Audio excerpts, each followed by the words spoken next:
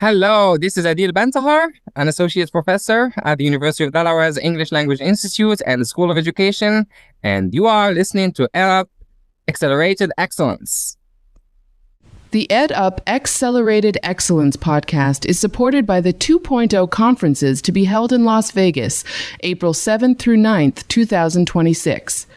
Business leaders, educators, healthcare experts, marketing and tech professionals, and founding entrepreneurs are welcome to take part. Reserve your space today and receive a 15% discount courtesy of EdUp Accelerated Excellence with the code EDUPXE15OFF. That's EDUPXE15 off. Learn more and register online at the2conf.com. That's the2conf.com with the code EDUPXE15OFF. Welcome to EdUp Accelerated Excellence, the podcast for the advancement of educational excellence and equity. And I always say it, I have another guest, an outstanding guest. This is interesting to me and exciting because we are developing a series around the role of media and marketing. And so we have a marketing expert with us, Joel Nomdarkham. So Joel, I would like for you to introduce yourself to the EdUp Accelerated Excellence community, and then we're going to get right into it. Greetings. Firstly, I'm sure you're hearing an unfamiliar accent. My name is Joel. I'm from Jamaica. As you would have heard earlier, I have spent quite a bit of time in marketing in that space, and it's a career that has driven me very well. It is also a career that has brought me some degree of purpose. And it's a career that has also propelled other initiatives and other activities from just being in the space of marketing. I have been a lifelong volunteer. I call myself also a global citizen, where I do enjoy experiencing different cultures, but most importantly, keeping impact at the forefront. So I'm somebody that every time I get to go on vacation, there's also some bits of how can I give back to the culture or the community that I'm going to. And that's just been always something that has been guiding me. So marketer turned impact creator, I'd call it. And most recently, an author. Dang, so Joel, you're in the right place. I mean, yes. we're talking about the uplift for educational excellence and equity. So focusing on social impact you're in the right lane for us. Can you briefly just share with us your journey? Because you started as an intern and now you're the founder of Amplify Studios. So how was that evolution, and what inspired you to start your own organization? The inspiration came from a young age at around 11 or 12. And this is why I think it's so important for people to truly value what they're communicating to young people, because of the profound impact it can actually have on them at a very tender age. It was a career day at my school, and we had a representative from the university come in to explain to us different careers, what you want to achieve. And she had a big bright blue cartridge paper, and she had many different careers written on it. And there is one in particular that jumped out to me, and it was journalist. Now, it was fascinating because at that age, I think I knew what that word was, but it was confirmed after speaking to her, asking her what it was about. And then that's when I'm like, okay, I think that's what I want to do. I've always been someone interested in public speaking. I was always that student that the teacher would always ask to give the vote of thanks Right. if there's a guest that comes in. That stuck with me throughout my entire high school. And by the time it was now to apply for university, I went on and I pursued an undergraduate degree in journalism. And through that pursuit, I was able to grow professionally through internship programs, where I would have started with one of Jamaica's leading marketing and advertising companies. And that would have been, where my career in moving from intern into up the corporate ladder would have started. For that company, I would have worked there for about 7 years. And I moved from intern all the way up to the head of my department, where I was sitting in as one of the youngest senior managers in the company. And all of that started from just one seed that was sown from years before. So I would have started my marketing career there, and I also did dabble into the actual career that I went to school to pursue, which is journalism. So I did some television presenting in Jamaica. And again, that's coming from always having this drive and this passion for media relations and speaking to people and getting information across to people. So I did have the honor of both enjoying that from a corporate standpoint, as well as a leisure aspect of it as well. And then all of that culminated into me eventually starting my own company, my own marketing agency, which is Amplify Studios, with a special focus on working with brands and activities that has a main mandate of social impact. So all these years of marketing, learning the business, learning about lead generation, learning about products and the sales and all of that, I wanted to merge the profit and the purpose aspect of it. And I've been able to do that with starting my own company. So you talk about this focus on social impact. Yes. What does that mean? Social impact in marketing. And how did you find that as your niche? I've always had this drive to give back in some way, somehow. And it was really finding or identifying that intersection of, okay, you love to give back, but giving back takes money out of your pocket. Mhm. So how do you now strike a balance to give back while also earning? And that's when I started to look at, okay, this may need to be a strategic consultancy, how I can help more brands to do that, and also how I can connect communities together. So social impact in a nutshell is really that aspect of business operation that focuses on people over profit. And eventually, those people will eventually become advocates for your brand, and you will never sometimes realize how transformative that can be for your business. So there's a focus on social causes, there's a focus on corporate social responsibility, because every company and every brand or every individual that's operating at some point must have core principles and values that they align with. So with social impact, it's really looking at how you can be more responsible with your marketing efforts and responsible with your business operations, so that there are sectors of society, whether it's from the environmental, sports, youth, health arena, where you at some point can focus on the people rather than a business pursuit. And contrary to popular belief, not a lot of businesses have that foresight, because social impact is always seen as a band-aid or something that you just need to do or something that you just need to cover in order to pass your tax exemption, whatever the case is. But there's a growing niche now where it has become formalized, and a lot of global brands are tapping into it as a functional department. Now you have people being appointed chief impact officer or director of social impact. But it comes back to brands who are trying to make a purposeful change. And I found that as a great intersection of my interest in marketing and creativity, but also corporate social responsibility. How can we get more students with internet? How can we get student athletes properly recognized? How can we include children who are deaf in our material? How can we redefine advertising content to be more inclusive? How are blind people accessing information? And all of that is a part of how responsible marketing through social impact can improve a brand's position, but also improve their business operation and processes. Right. I actually see the equation. People, Yes. time, profit. It looks like people over profit equals social impact. Yes. So Yes. in Yes. my line of work, I always try to look at what are the outcomes Yes. of an initiative or a project.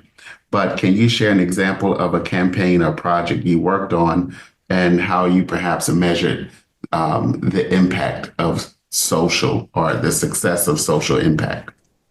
There are two really great campaigns that I've worked on. One of them has to do with in Jamaica. There's a huge sporting event that happens. It's called the Boys and Girls Championship. You know, Jamaica is known for producing sprint legends from Right, Usain right.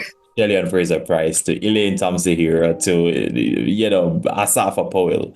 We're the sprint capital, and a lot of people would see the end result at the Olympics or the World Championships for those folks who don't necessarily follow up sports.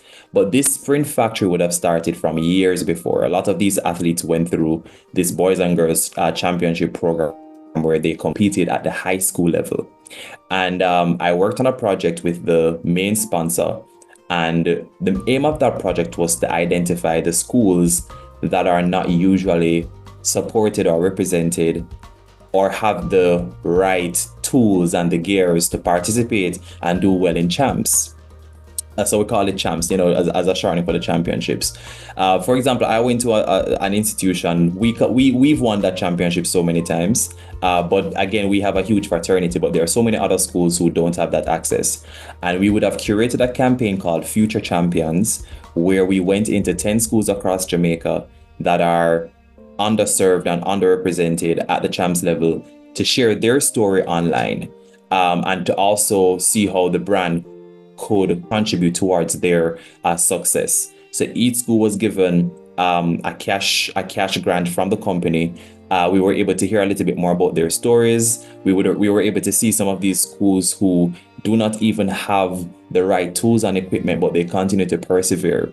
And that for me was a very significant undertaking. The campaign did very well, reaching thousands of people across, the digital platforms, YouTube, and it also brought a lot of alumni from these schools who would have left years ago and now seeing, oh wow, we have a small team, but they're doing so well in the championships, and this is how I can support. So it also had that ability to garner external support as well. So it was a really beautiful 360 campaign, hearing the stories, seeing it, and then the follow-up, which is some of these students eventually moving on to the championships and getting a medal for their school for the first time. It's so incredible, because last week I was watching the Carifta Games, which is also a regional sporting event in the Caribbean, and there's one of the students who we would have met last year who did so well. He got a bronze medal at the championships, and he did so well that he qualified to represent Jamaica at a regional meet. And that is looking at how capturing these stories is so key, and how the end result can be such a beautiful story. And that's one aspect of it, where this company, this conglomerate that focuses on food and business and insurance, was able to focus on sports and education for young people, make this investment in their future, and to be able to see the results. The second project, which was really interesting as well, was a financial project for a financial institution where they wanted more people to invest. They wanted more people to take investment seriously. And sometimes the language in banking and finance can be a little bit boring. So we decided to find a way to really just make it very basic and understandable.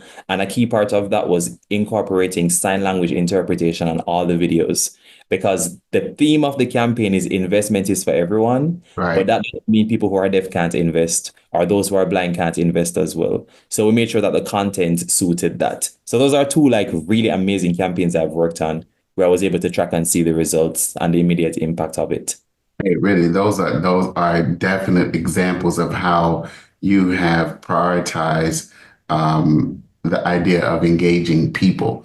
And I Yes. can probably imagine, particularly for the champs, and you talked about alumni coming back or engaging in their schools, building a sense of community. So this and national pride for those who went on to compete and represent Jamaica. So Yes. yeah, definitely people over profit. So I'm going to shift gears a bit, and let's talk a bit about your book. Yes. So Future Makers, a guide to 30 creative careers. So what inspired you about this book? And it's almost 360 from your career day. Oh my God. And now here you are in schools, I wouldn't say promoting, but engaging with learners with Yes. this book, Future Makers. So how Yes. did that come to be? You know, it's again, it's such a full circle moment because we have I've always been doing these beautiful projects in schools and you know, reaching students, trying to see how best I can motivate them. And something that kept coming up is these students never knew what my career was. Like it was so hard Right. to kind of like explain, oh, I'm a marketer. Oh, you know, I work in media and all of that because they're so used to knowing or learning about the traditional careers, you know, time and time again.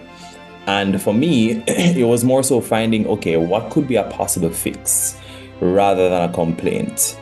And for something so monumental, where the curriculum is basically set in stone in most of our countries, it's so difficult to move past that because that's what they're learning, that's what the teachers know. The adults themselves are unaware of the creative industries and the careers. Corporate doesn't really take creatives serious sometimes. You know, you're a photographer, they're like, oh, what's your earnings? And so many other questions would come. And that's really where the motivation came to do this children's book. I also was not much of a reader. You know, I never really read for pleasure or anything like that. And my colleague, who happens to be my publisher, one day she just gifted me a book and she said, Joel, just give it a try, just give it a try. And I started to read more books. And that kind of ignited a passion for me in terms of reading. Eventually, I started doing some projects where I would have targeted boys in particular, going into schools, engaging boys, reading to them, gifting them books. And then I'm like, you know what? I really think I need to take this to the next level. And that's where the idea of the book came about. But I didn't want to just do a book for doing a book's sake. I wanted to do something that would have been a learning tool and something where I see would have made a direct impact. And I pitched it to my good friend, and she loved the idea and the concept of it. And we spent over a year, almost 2 years, just working on the idea of it, the concept of it, reaching out to people who we wanted to model some of these careers after. Because the book itself, it's Future Makers, called Future Makers, a guide to 30 creative careers. And it's basically presenting 30 careers in the media and marketing space for kids to look at.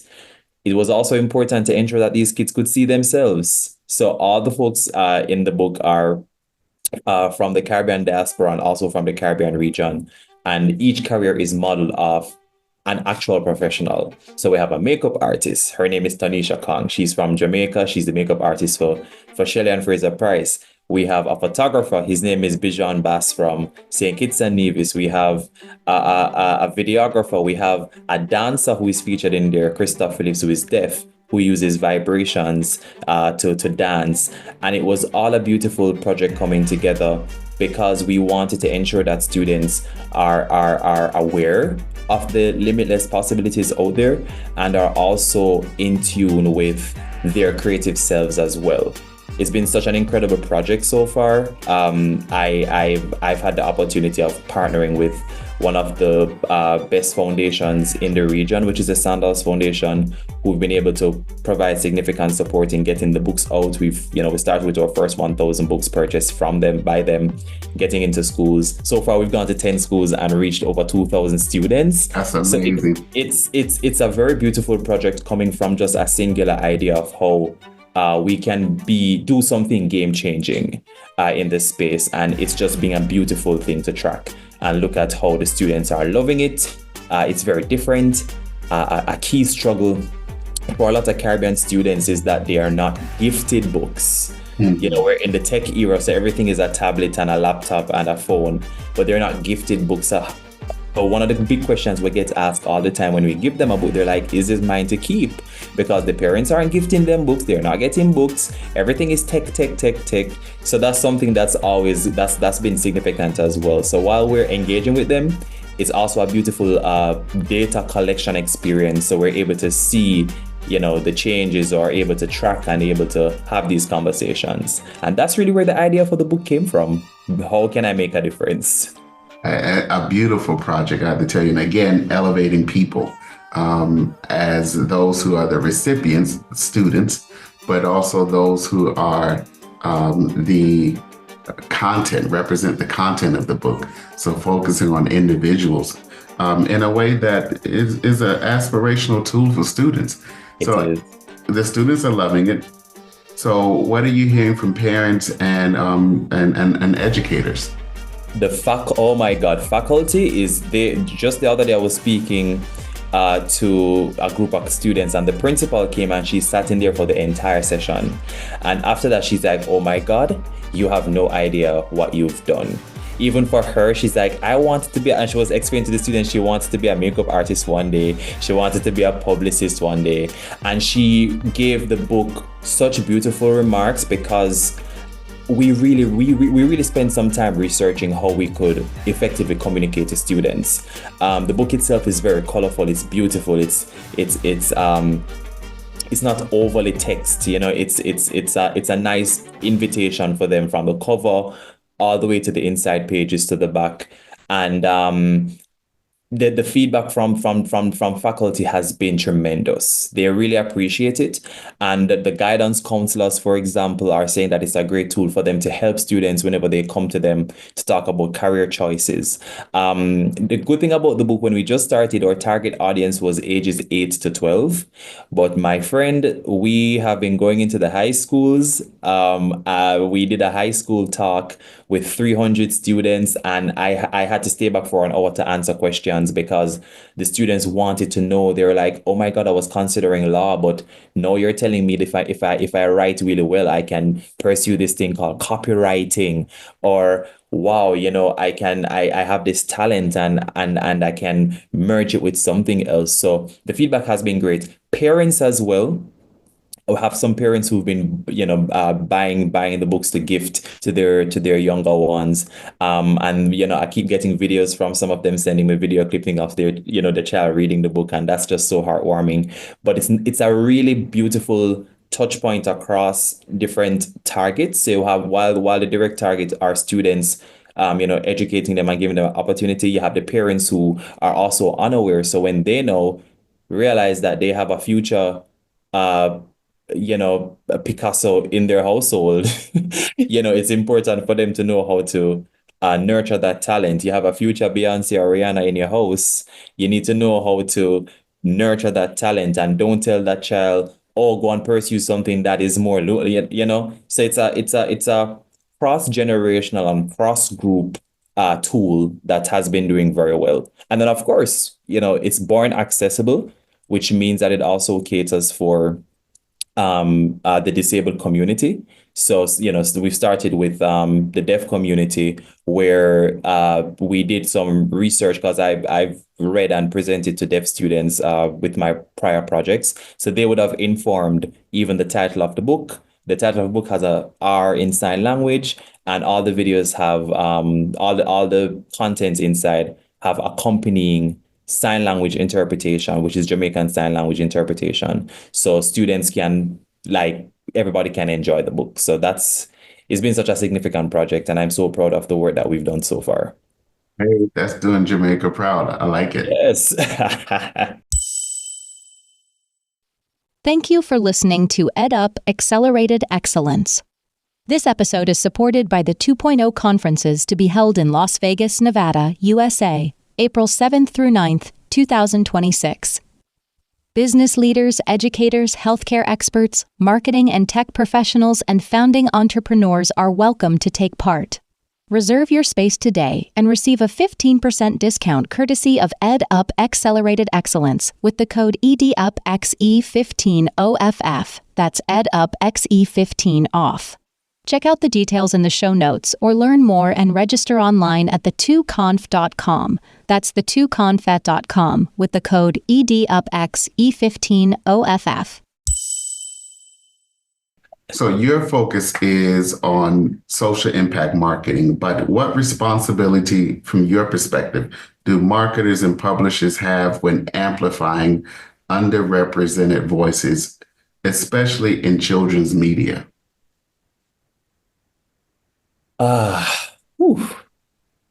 Run that for me one more time. So what responsibility do you think that marketers and publishers have in amplifying underrepresented voices, especially in children's media? You know, I asked you to run that for me again because I want to make sure that all the listeners are hearing that very valuable question, because it's such a critical juncture, because we as marketers have a responsibility. Our role is to tell the story of the company that we're working with, which eventually means our role is to influence purchases, influence subscriptions, influence products moving off the shelves. So we have a very important role as marketers. I think where the intersection of influence comes in, it comes back to, again, firstly, identifying your core principles.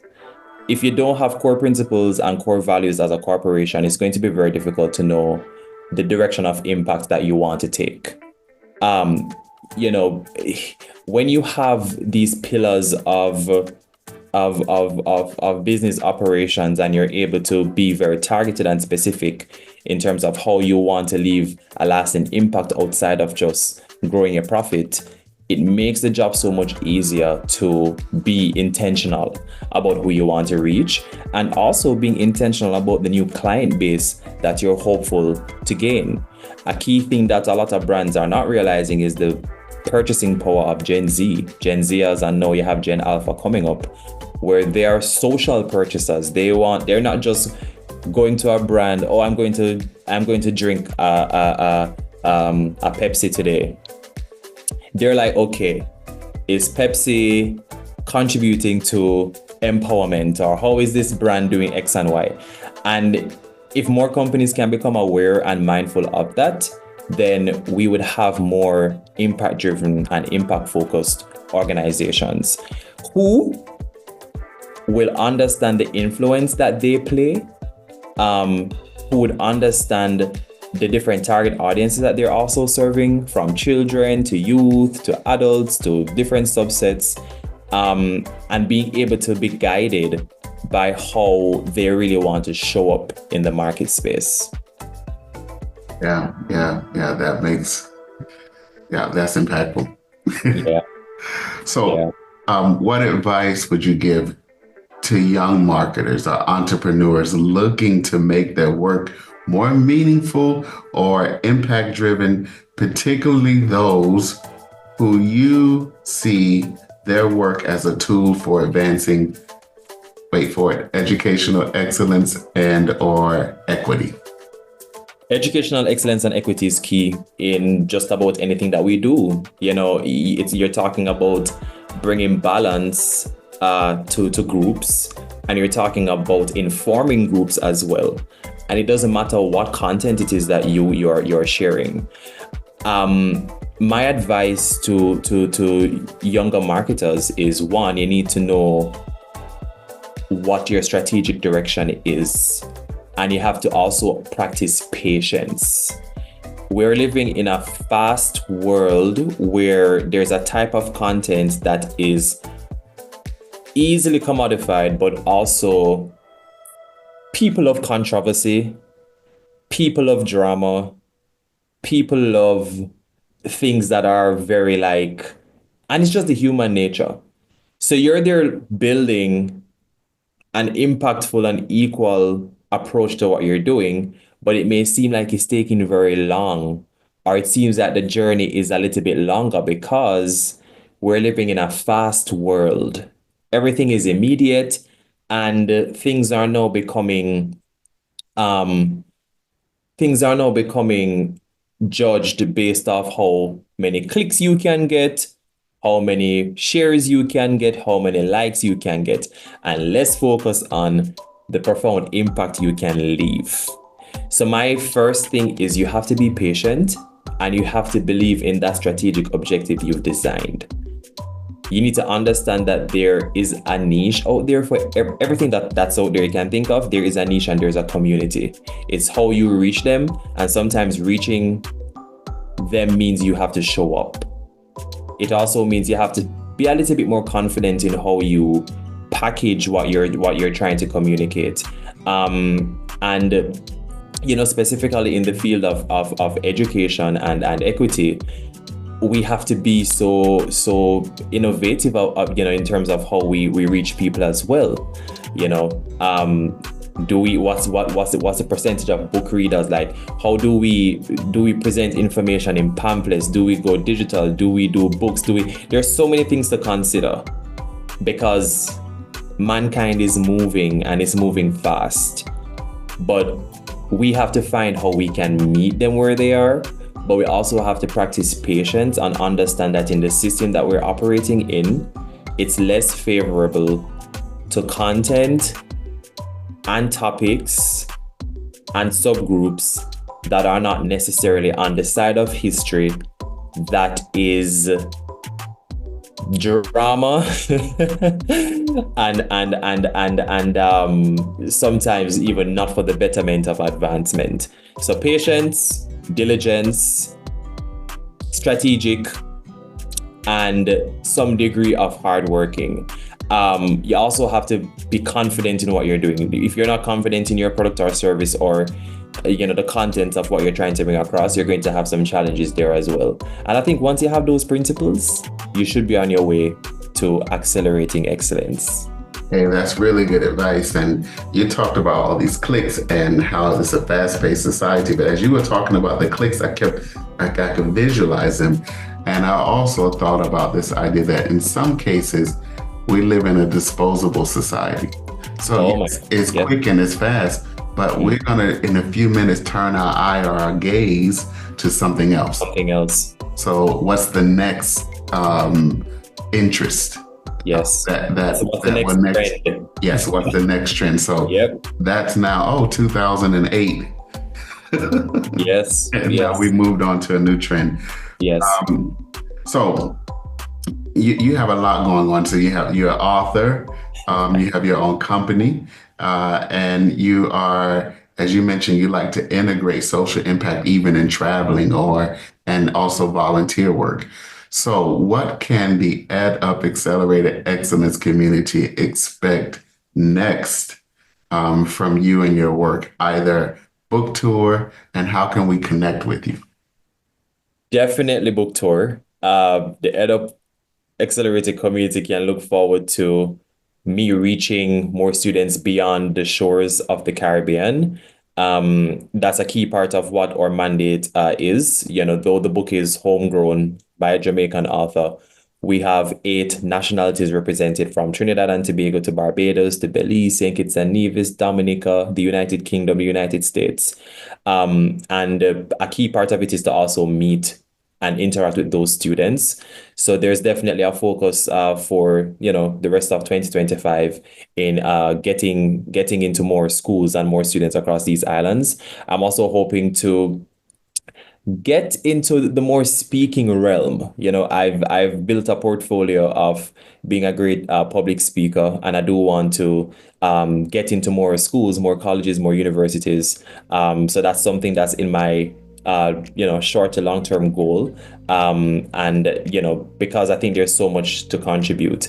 And I mean, my creativity will always be at the forefront of what I do. So there are some campaigns that are purpose-driven that I continue to work on. And most of the community members can find me on social media. I'm a huge LinkedIn user as well as Instagram. My name, Joel Nomdarkham. And then the book, there's, beautiful content and information out there, which you can find on my website, which is futuremakers30.com. So those are 2 places that you can find me on social media, at Joel Nomdarkham, and also on the website for everything related to the book. That's my main project for this year, which is futuremakers30.com.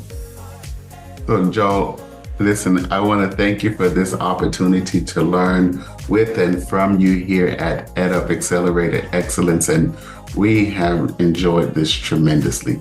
Thank you so much. Thank you so much.